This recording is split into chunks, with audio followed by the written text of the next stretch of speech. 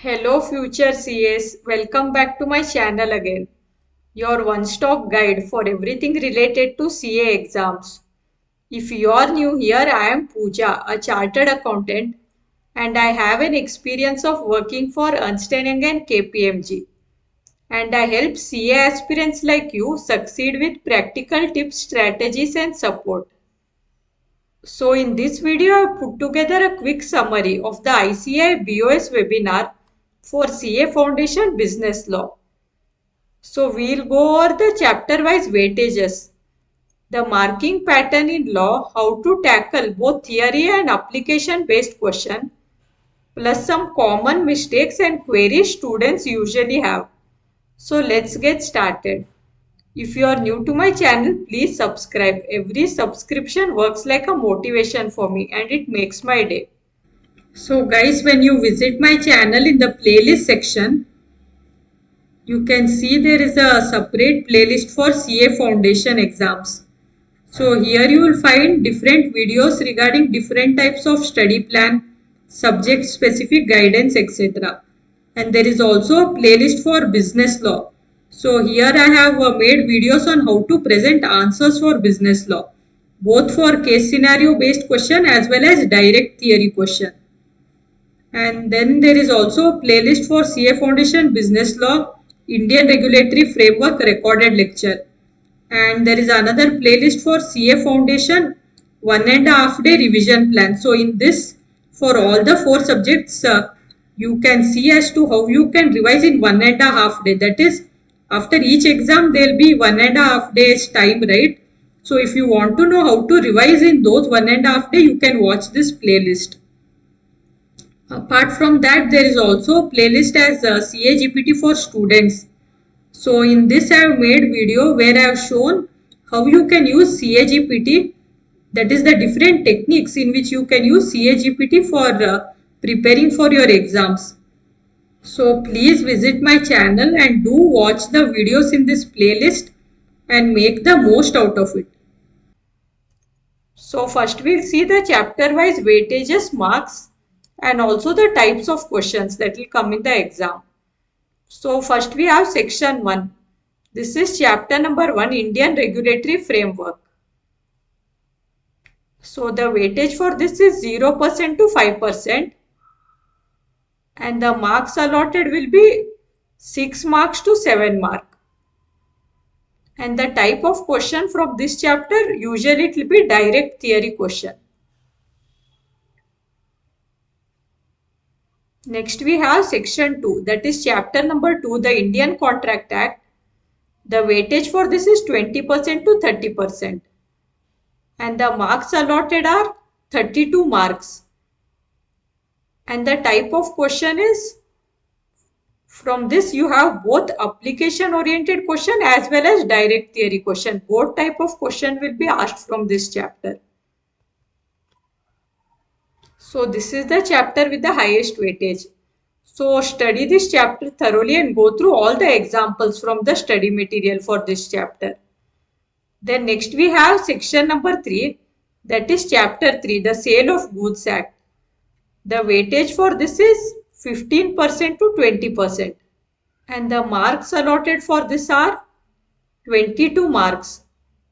And the type of question for this also application oriented and direct theory. Both type of question will come from this chapter. Then next we have the Indian Partnership Act.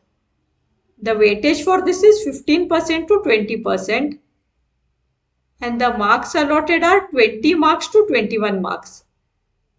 And the type of question is again application oriented plus direct theory question. Then next we have the Limited Liability Partnership Act. So the weightage for this is 5% to 10%. And the marks allotted is 6 marks to 7 marks. And the type of question will be direct theory question. Next we have section number 6, that is chapter 6, Companies Act. The weightage is 15% to 20%. And the marks allotted are 20 marks to 21 marks. And the type of question from this will be both application oriented as well as direct theory question.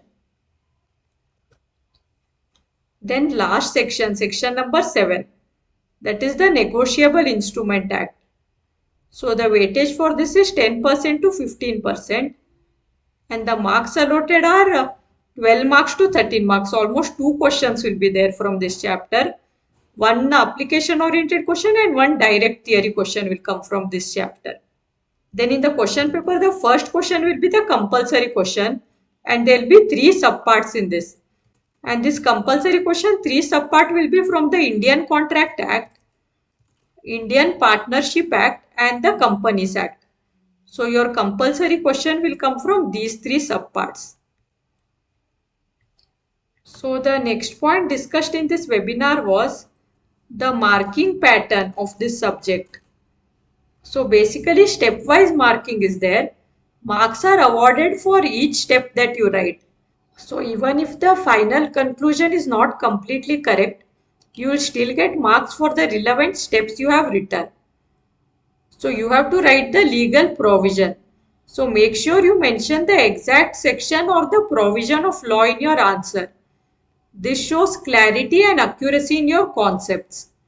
So basically the breakup of the marks will be as follows. So first is identifying the legal issue. Next will be writing the relevant law, and then applying the law to the given situation, and finally concluding with the correct answer. So for each of this step, mark will be allotted. So you don't just get marks for the conclusion, you get marks for the entire process of reasoning. So the key takeaway here is always structure your answer properly. State the issues, write the law, and then apply it to the situation. This stepwise approach can fetch you maximum marks. So the next point discussed in the webinar was usage of language or manner of giving answer. So the language written should have legal touch. That is, you should write the provisions, name of the act, etc. You can write in your own words, but the concept should be written correct. That is, legal language should be used, and no generic answer. And also it is not required that you should directly copy paste the answer from the textbook itself. So no need to write word by word. You should correlate the fact to the provisions and give the conclusion, and you should use legal language. There should be professionalism in your language, and your language should be simple and appealing. And use properly framed language, don't use flowchart. And whatever provisions you are writing, ensure it has the essential element of the legal provision. And ensure you write only that much provision which fulfills the requirement of the question. And ensure you write proper conclusion in line with the requirement of the question. And one more important point while interpreting law is, it's important to be careful with the words and with the word or, as they can interchange the entire meaning of the sentence. Because and means all listed conditions must be met, while or means fulfilling any one condition is enough. So misreading them can lead to incorrect conclusion. So always pause and check whether the law requires all the conditions to be met or just one condition. And also in some of the question, if there are any case law relating to that, you should quote that case law. However, if you do not remember the case law name, just you can write as per the case law decided under the Indian Contract Act, or as per the case law decided under the Indian Partnership Act. If you know the case law, you can quote it because this will enhance your answer. So 50% of the question will be application based, and the next 50% will be direct theory based. So now we will see how to answer application based question. So application based question means a small fact will be given in the question. So while answering the application oriented question, first you have to write the facts of the case. Then you have to mention the legal provision. Then you have to analyze the case and correlate the provisions with the question given in hand. And then you have to give the appropriate conclusion. So previously I had made a video for this, that is how to answer both application based question as well as direct theory question with example I have shown. So I will add that video in the end screen. Please go through that video and ensure you present your answers accordingly. Because how much ever you study, The main important point will be how you will present the answer in the exam. It is very important to present the answer correctly in the exam, then only you will get the marks. Now we will discuss as to how to answer the direct theory question. So for the direct theory question, highlight main points with brief description, such as write in bullet points with headings, and then explain with the help of examples wherever possible, and break the answers into brief points or paragraphs. Next, we will discuss some common errors committed in the past exam. Please make sure you note down these errors so that you do not commit these errors in your exam. So many a times it was noticed that students resort to giving generalized answers without capturing the exact provisions. So this has to be avoided, and the answer should be given in legible English language, and also short notes, diagrams should be avoided, and also avoid using short forms, WhatsApp language, SMS language while answering the question. So if abbreviations are used, first define the abbreviation the first time when you are using it, and then you may use the short form. So suppose you are writing an answer about one person company, and the name one person company is going to come in each para. So in the first para, when you write one person company, in the bracket just write as OPC, and then you can use this OPC term in each of the para in your answer. So if you are writing abbreviations, it should be used in this manner. Next, some common queries were answered. So the first query asked was, will there be marks for writing the section number? So actually at the foundation level, it is not expected that you should write the section number. But since in the later stage of the CA curriculum, that is in CA Inter and CA Final, it is better that from now only if you start learning the section number as well. However, if you remember the correct section number, then only write.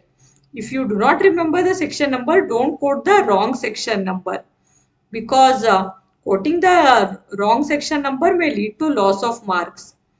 If you start learning the section number from now itself, it will form a base for CA Inter and CA Final also. However, suppose you do not remember the section number, you can just write as per the provision of Indian Contract Act, as per the provision of Companies Act, and then you can continue your answer. And then some suggestions were asked as to how to enhance your answer to score good marks in this subject.